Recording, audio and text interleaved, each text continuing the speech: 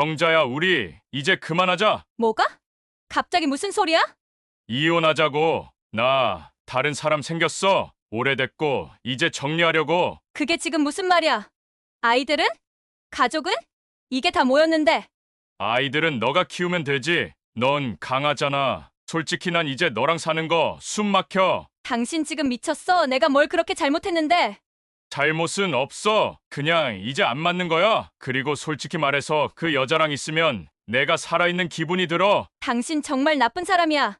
나중에 고맙게 생각할지도 몰라. 넌 혼자서도 잘 살 사람 같으니까 안녕하세요.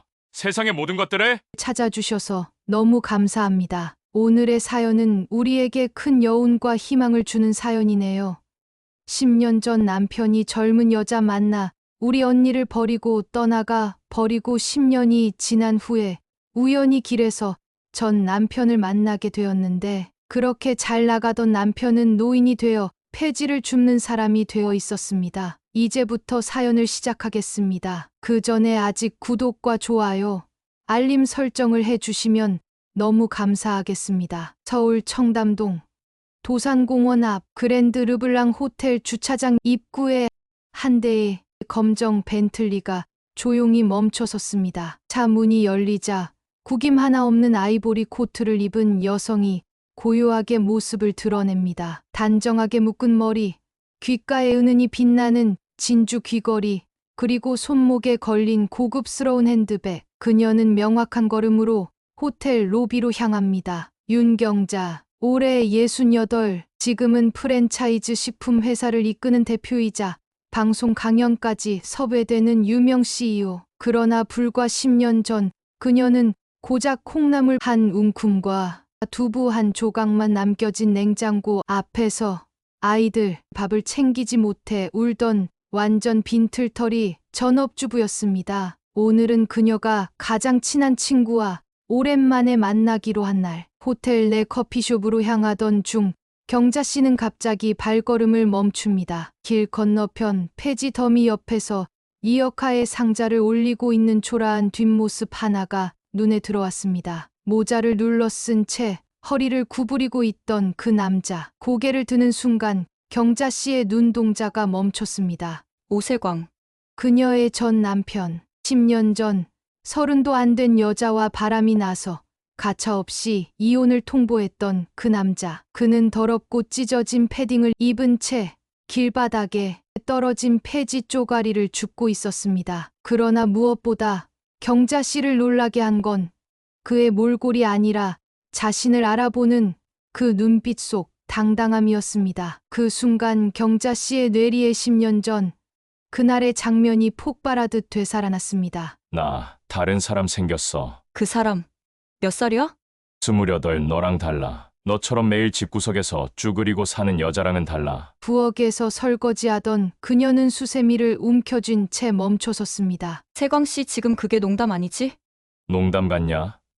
난 숨 막혀. 결혼 30년 동안 당신은 내 엄마였을지 몰라도 내 여자는 아니었어. 그는 문을 쾅 닫고 나갔고 경자 씨는 마루에 주저앉아 그대로 울었습니다. 딸아이 방에서 나온 아이가 물었습니다. 엄마, 왜 울어? 아빠, 어디가? 그녀는 대답하지 못했습니다. 눈물이 목에 차서 말이 나오지 않았습니다. 그 후로 카드 연체, 공과금 체납, 한밤중 물 한 병 사기 위해 거스름 돈을 헤아리던 날들, 편의점 도시락 하나를 아이와 나눠 먹으며 엄마는 배 안 고파라며 거짓말을 하던 그 시간들. 그리고 어느 날 무너진 그녀는 한강, 다리 난간 위에 서 있었습니다. 바람이 너무 세게 불어 눈물이 아닌 얼굴 전체가 얼어붙던 그 밤, 그녀는 핸드폰을 꺼내 마지막으로 어느 작은 유튜브 채널에 댓글을 남깁니다. 살고 싶지 않습니다. 남편이 저를 버리고 떠났고 전 아무것도 남지 않았습니다.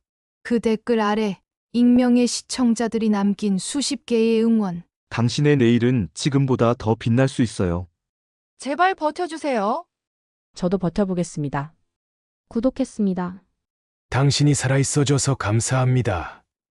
제가 가진 것이 이것뿐입니다. 계좌번호 댓글에 달아주시면 지금 바로 20만 원 넣어놓겠습니다. 먼저 맛있는 것부터 드십시오. 그녀는 휴대폰을 껴안고 주저앉아 울었습니다. 그리고 처음으로 깨달았습니다. 세상은 버릴 사람만 있는 게 아니라 내가 살아있길 바라는 사람도 있다는 걸. 그때 그녀의 등을 다시 한번 밀어준 사람이 있었습니다. 청소 노동을 하던 콜롬비아 여성 라미레스. 우연히 경자 씨의 눈물을 본 그녀는 자신이 쓰던 작은 음식 가판대와 한국어로 정리해 놓은 장사 노하우 노트를 건넸습니다. 나도 전쟁으로 가족을 잃고 이곳에 왔어요. 당신 다시 시작할 수 있어요. 그때부터였습니다. 경자 씨의 재기는 그때부터였습니다. 처음 시작은 라미레스가 물려준 손수레에 그녀가 직접 만든 김치볶음과 콩나물 무침 몇 가지를 담아 청계천 인근 직장인 골목을 돌며 파는 것이었습니다. 비 오는 날이면 우산 하나 없이 떨며 길을 돌았고 겨울이면 장갑 낀 손으로 거스름돈을 집으면서도 손가락이 얼었습니다. 그러나 그녀는 하루도 빠짐없이 노트를 펴고 어떤 메뉴가 가장 잘 팔렸는지 어떤 손님이 어떤 말을 했는지 매출을 분석하고 기록했습니다. 김치전 좋아하는 젊은 남자.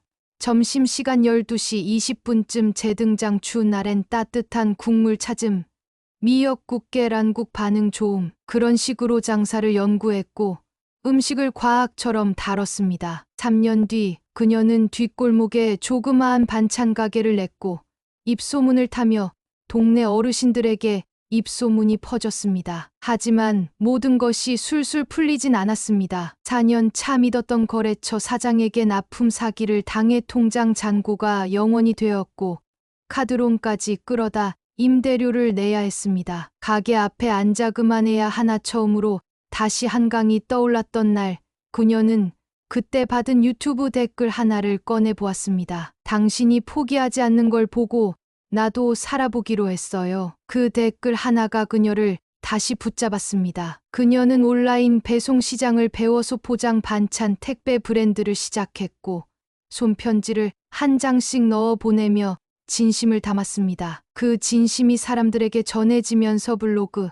인스타, 방송까지 입소문이 퍼졌고 5년 만에 프랜차이즈화에 성공했습니다. 지금 그녀는 전국 300개 지점을 가진 브랜드의 회장이자 수천 명의 직원에게 급여를 지급하는 사람. 하지만 그 모든 시작을 라미레스가 남긴 손수레와 어느 유튜브 채널의 댓글 한 줄에서 비롯된 것이었습니다. 경자 씨는 마치 얼음장처럼 그 자리에 멈춰섰습니다. 한 손에는 핸드백, 다른 손에는 호텔 주차권이 들려 있었지만 그 어떤 것도 의식되지 않았습니다. 길 건너 리어카 옆에 있는 한 남자, 구부정한 어깨, 너덜너덜한 점퍼, 찢어진 운동화의 폐지를 한 줌 들어 올리며 숨을 몰아쉬던 그 모습. 눈을 찌푸리고 자세히 들여다보았습니다. 설마? 아니야. 아닐 거야. 세광 씨는 예전에 얼마나 멀끔했는데 그 사람이 이렇게 되었을 리가 없지. 하지만 그가 고개를 드는 순간 그 눈빛, 얼굴 윤곽, 입가의 주름, 확신으로 바뀌었습니다. 오세광. 10년 전 자신을 버리고 떠난 남편. 자신을 무너뜨렸던 바로 그 사람. 경자 씨는 숨이 턱 막혔습니다. 눈앞의 남자와 기억 속의 남자가 완전히 달라졌는데도 왠지 마음 한 구석이 찌르르하게 아파왔습니다. 진짜 저 사람이 맞다고? 말도 안 돼 저렇게 무너질 정도로 어려웠던 거야? 경자 씨는 믿기지 않는 충격과 함께 말 못할 안타까움이 밀려들었습니다. 그래도 한때는 남편이었는데 나랑 같이 밥을 먹고 웃고 여행 가던 사람인데 어떻게 사람이 저렇게 변할 수 있지?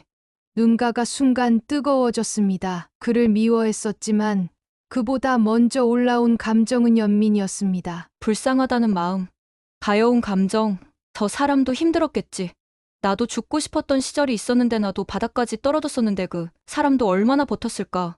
순간 그의 몰골이 그저 원수 같았던 남편의 모습이 아니라 자기처럼 세상에 내동댕이 쳐졌던 한 인간의 모습으로 다가왔습니다. 그때 그가 그녀를 보았습니다. 그리고 거짓말처럼 아무 일 없었다는 듣고 부정한 허리로 그녀 앞에 서서 평소처럼 아무 일도 없다는 듯 말을 꺼냈습니다. 야, 너 진짜 하나도 안 늙었네. 오랜만에 보니까 괜히 반갑다. 경자 씨는 말없이 그를 바라보았습니다. 그러나 속은 끓고 있었습니다. 그의 옷깃에 붙은 먼지, 손등에 새겨진 주름 재킷 주머니에서 삐죽 튀어나온 철 진한 전단지, 무너져 있는 모습 그대로인데 말투만은 여전히 그 시절 그대로였습니다. 그 순간 또 하나의 과거가 번개처럼 스쳐갔습니다. 그날 그는 짐을 싸며 말했습니다. 이혼은 어차피 해야 했던 일이야. 난 이제 제대로 된 사랑 한번 해보고 싶어. 경자 씨는 부엌에 기대어 섰고 손엔 식기 닦던 수건이 쥐어져 있었습니다. 바닥에 놓인 여행 가방, 그 위에 그녀가 직접 다려준 셔츠가 접혀 있었고 옆에는 30도 안 된 젊은 여자와의 커플 운동화 한 켤레가 있었습니다. 그녀는 그 운동화를 바라보다 말했습니다. 당신 딸 같은 여자랑 다시 시작하면서 내가 무슨 꼴로 살아야 할지는 한 번도 생각 안 해봤어? 그는 담담하게 대답했습니다. 넌 강하잖아. 내 인생 알아서 잘 살겠지. 자신은 어디서 얼마나 많은 눈물을 쏟았는지 단 하루라도 편히 잠든 날이 있었는지, 아이들 간식 하나 살 돈이 없어 편의점 유통기한 지난 빵을 몰래 집어든 날이 어제처럼 떠올랐습니다. 그녀는 더 이상 아무 말도 하지 않았습니다. 오세광의 시선에서 눈을 뗀 채 다시 호텔 방향으로 천천히 걸음을 옮겼습니다. 그는 망가졌지만, 깨닫지 못했고 나는 망가졌지만 끝까지 싸웠다. 나는 무너졌지만 고통을 껴안고 일어났다. 겨울이었습니다. 찬바람이 등뼈를 타고 스며들던 날, 윤경자 씨는 서울 한강대교 위에 서 있었습니다. 밤 11시 47분, 거리엔 사람이 거의 없었고 조명은 바람에 흔들리며 희미한 그림자를 만들어냈습니다. 그녀는 회색 코트 속에 손을 넣은 채 난간 너머를 바라보고 있었습니다. 검은 강물, 잔잔한 파도, 그리고 깊은 침묵. 눈을 감으면 그동안 쌓였던 고통이 영화처럼 지나갔습니다. 어린 딸이 말없이 울던 그날 밤, 수돗물로 끓인 라면을 셋이 나눠 먹던 순간, 빗독촉 문자, 찢어진 슬리퍼, 쓰레기 봉투를 열어 유통기한 지난 식빵을 꺼내던 날, 그리고 편의점 앞에서 엄마, 이거 사줘라며 과자 봉지를 들던 아이를 뒤로 밀어내고 울음을 참았던 그날, 그녀는 혼잣말처럼 중얼거렸습니다. 그래, 이 정도면 많이 참았다. 누구도 나를 붙잡지 않겠지. 그때 휴대폰이 손에 쥐어졌습니다. 배터리는 2%. 인터넷 속도가 느렸습니다. 그녀는 무의식처럼 언제부턴가 밤마다 틀어놓던 어느 소규모 유튜브 채널 영상 하나를 열었습니다. 오늘도 버텨줘서 고맙습니다라는 제목의 영상. 경자 씨는 아무 말 없이 댓글 창을 눌렀습니다. 그리고 망설이다. 마지막이라고 생각하며 글을 적었습니다. 전 가족에게 버림받았고 지금은 단돈만 원도 없는 사람입니다. 아이들도 남편도 아무도 없습니다. 정말 죽고 싶어요. 이 글을 쓰는 지금 저는 다리 위에 서 있습니다. 이 댓글이 마지막 기록이 될지도 모르겠습니다. 댓글을 남긴 뒤 그녀는 하늘을 올려다보았습니다. 별이 하나 보였고 바람은 차가웠습니다. 그런데 그때였습니다. 띠링 휴대폰이 울렸습니다. 화면엔 그녀가 남긴 댓글 아래 누군가가 단 첫 번째 댓글이 떠 있었습니다. 살아주세요. 당신은 지금 무너졌을 뿐이지 망한 게 아닙니다. 당신의 내일을 보고 싶어요. 또 하나의 알림. 당신 글을 읽고 눈물이 났습니다. 제가 구독하고 기도하겠습니다. 사랑만 주세요. 그리고 또 한 명. 저도 그랬어요. 댓글 달기 전까지 매일 울었습니다. 그런데 살아있으면 언젠가 따뜻한 날이 와요. 같이 기다려보자고요. 지금 계좌번호 댓글에 달아주세요. 제가 가진 게 얼마 없어. 지금 20만 원 보내드릴게요. 일단 맛있는 거 드십시오. 경자 씨는 손에 들려있던 휴대폰을 가슴에 꼭 껴안았습니다. 그리고 다리 위에서 그대로 주저앉아 울었습니다. 소리도 못 내고 그냥 숨을 내쉬며 몸을 작게 떨며 그 자리에 앉아 아주 오랫동안 울었습니다. 그녀를 살린 건 아무도 몰랐던 댓글 3줄, 익명의 누군가의 진심이었습니다. 그날 이후 경자 씨는 달라졌습니다. 다시 살아보기로 했고 처음엔 지하철 역사 및 김밥 좌판부터 시작했습니다. 그리고 그 과정에서 그녀는 운명처럼 콜롬비아 여인 라미레스를 만나게 됩니다. 사람은 사람으로 인해 무너지고 사람은 사람으로 인해 살아납니다. 나를 무너뜨린 사람은 남편이었지만 나를 살려준 사람은 얼굴도 이름도 모르는 유튜브 구독자들이었습니다. 당신들이 내 생명을 끌어올렸고 나는 살아서 이렇게 말할 수 있게 되었습니다. 그 댓글 한 줄이 누군가의 인생 전체가 되기도 합니다. 서울역 뒤편 골목 어귀 윤경자 씨는 무거운 발걸음으로 낡은 건물 벽에 등을 기대고 주저앉았습니다. 며칠째 김밥 좌파는 손님도 없고 배달은 연체되고 조금 남은 재료는 상해가고 있었습니다. 한강에서의 그날 이후 살아보자고 결심은 했지만 현실은 살아내기를 쉽게 허락하지 않았습니다. 그녀는 손에 쥔 2,300원이 전부인 지갑을 보며 조용히 입을 앙다물었습니다. 또 한 개인가? 오늘은 뭘 먹지? 아니, 굶어야겠지. 그 순간 경자 씨 앞에 누군가 검은 그림자처럼 앉았습니다. 낯선 얼굴, 짙은 피부, 살짝 주름진 눈과 다 꺼져가는 눈빛. 하지만 이상하게도 그 눈에는 따뜻한 것이 고여 있었습니다. 괜찮아요. 당신 며칠째 그 자리에 있어요. 나 계속 보고 있었어요. 그녀의 이름은 라우라 라미레스. 콜롬비아 출신, 전쟁으로 가족을 잃고 불법 체류자로 한국에 들어와 식당 뒷주방과 청소일을 전전하며 살아가는 여자. 말은 서툴렀지만 눈빛은 진심이었습니다. 나도 혼자예요. 남편 아들 다 총 맞고 죽었어요. 그녀는 조용히 말하며 자신이 들고 있던 작은 보자기를 경자 씨에게 내밀었습니다. 그 안엔 따뜻한 사탕수수 차 한 병, 비닐에 싼 아레파라는 옥수수 빵, 그리고 빛바랜 노트 한 권이 들어 있었습니다. 이건 내가 장사하려고 만든 거예요. 하지만 나는 이제 못해요. 당신 할 수 있어요. 경자 씨는 그 물건들을 보며 말없이 눈물을 떨궜습니다. 누구에게도 도움을 받은 적이 없었고 받아도 미안해서 거절해왔던 그녀. 그런데 오늘은 왜인지 그 물건들이 먹을 것이 아니라 숨처럼 느껴졌습니다. 라미레스는 경자 씨의 손을 꼭 쥐며 말했습니다. 당신 다시 일어나야 해요. 우리 둘 다 살아야 해요.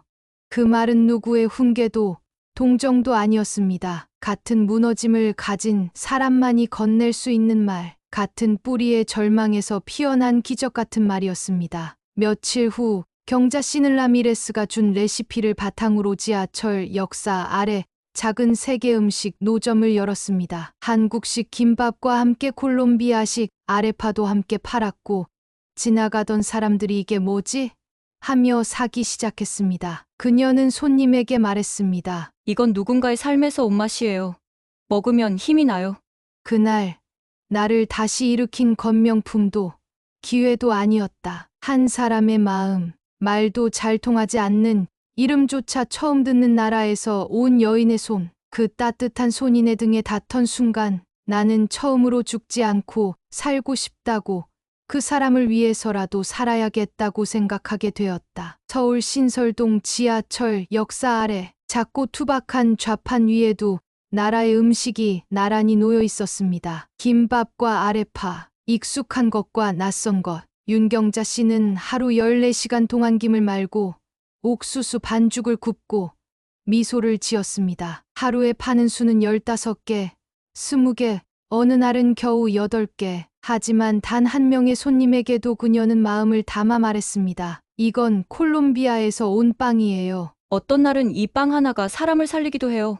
작은 노점은 하루하루 그저 버티는 삶이었습니다. 어느 날 근처에서 달강정 노점을 운영하던 60대 아주머니가 다가왔습니다. 아줌마 혹시 장사 좀 도와줄 생각 있어요? 내 사촌 동생이 대학 가는데 거기 자리 하나 비는데 같이 해보지 않겠어요?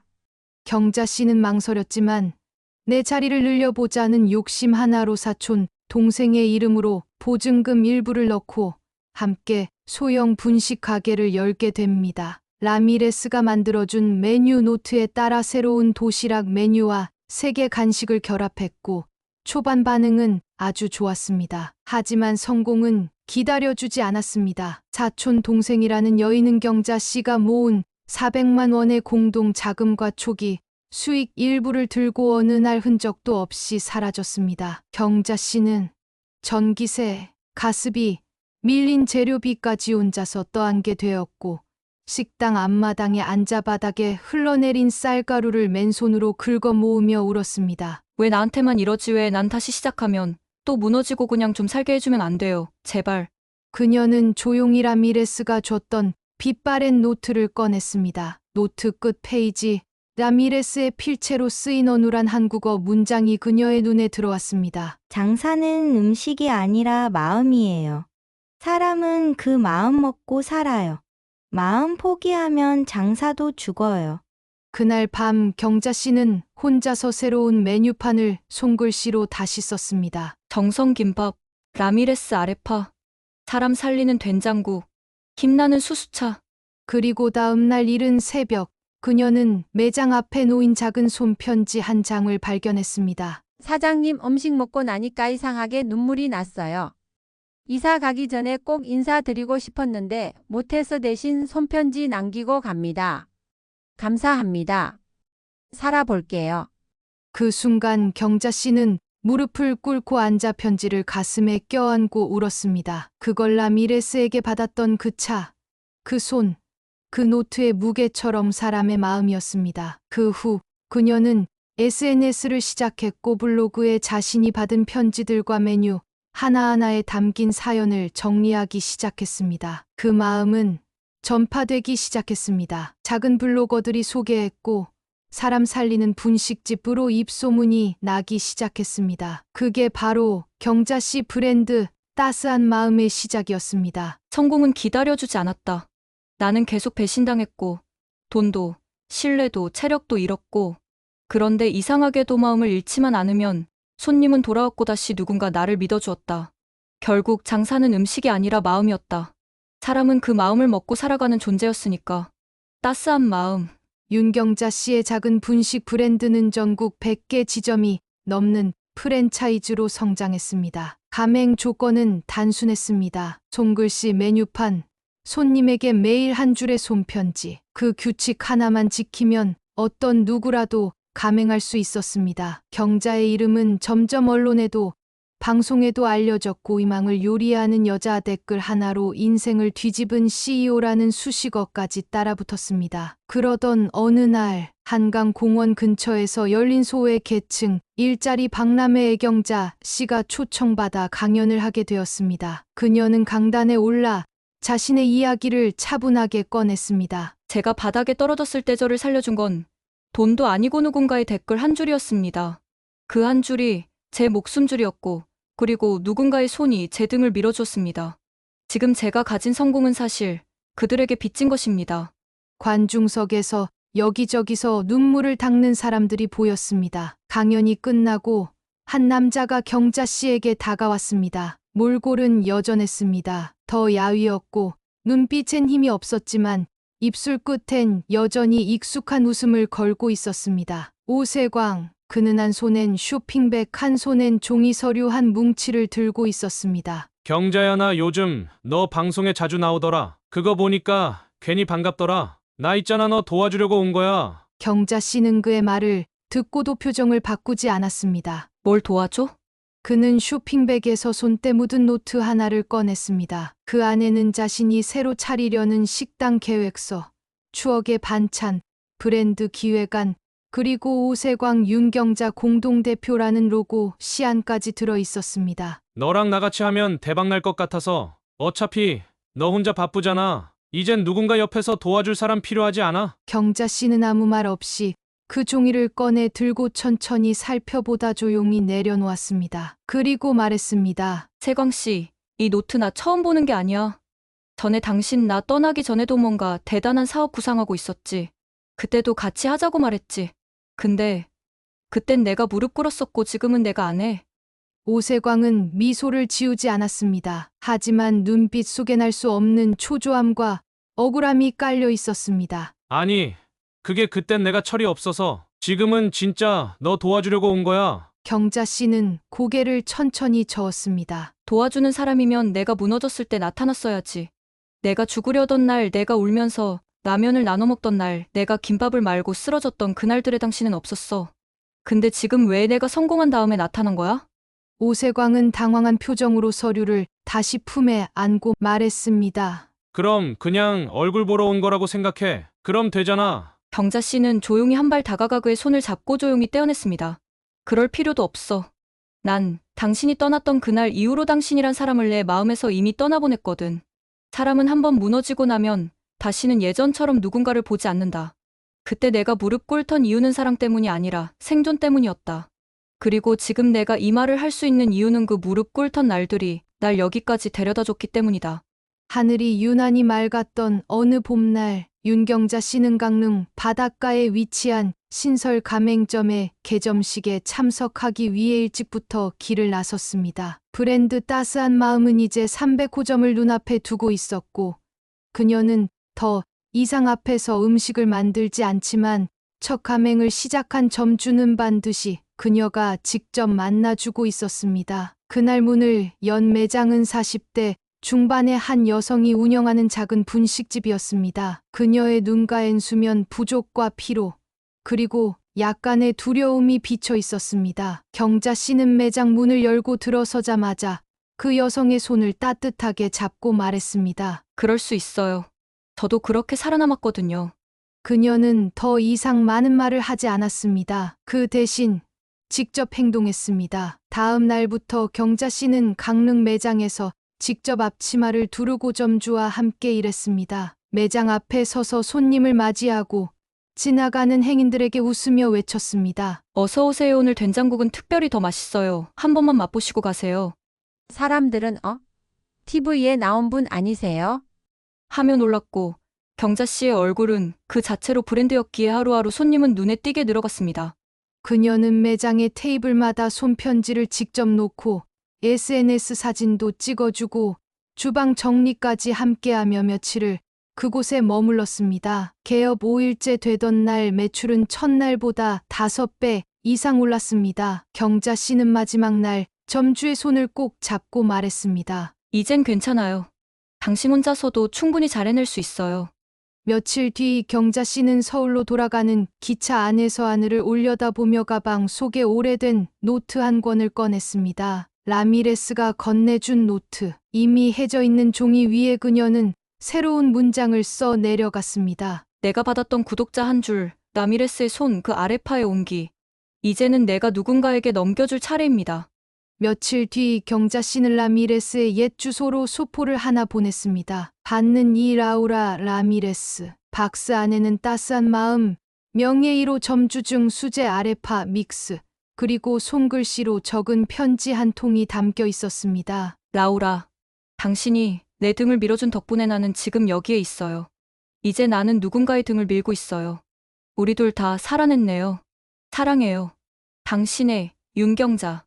따스한 봄 햇살 아래 한 소녀가 작은 김밥 가게에서 아이 손님에게 무료 된장국을 내어줍니다. 그 가게 간판엔 따스한 마음 301호점이라는 글씨가 적혀 있고 아래에는 이렇게 쓰여 있습니다. 이곳은 당신의 마음을 누군가의 숨으로 데워주는 곳입니다.